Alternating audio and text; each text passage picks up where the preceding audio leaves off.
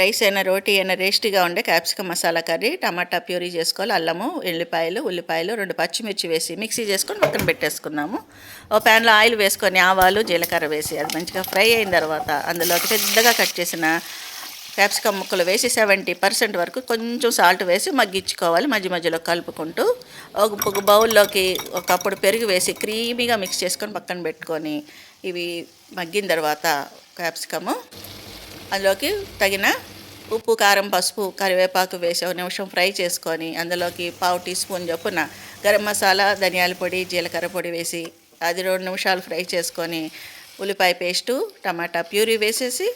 ఒక 3-4 మినిట్స్ మచ్చి వాసన పోయే వరకు ఫ్రై చేసుకున్న తర్వాత కొంచెం వాటర్ వేసి ఒక 2 మినిట్స్ ఉడికించుకొని దించే ముందు ఒక 2 మినిట్స్ ముందు క్రీమీగా మిక్స్ చేసుకున్న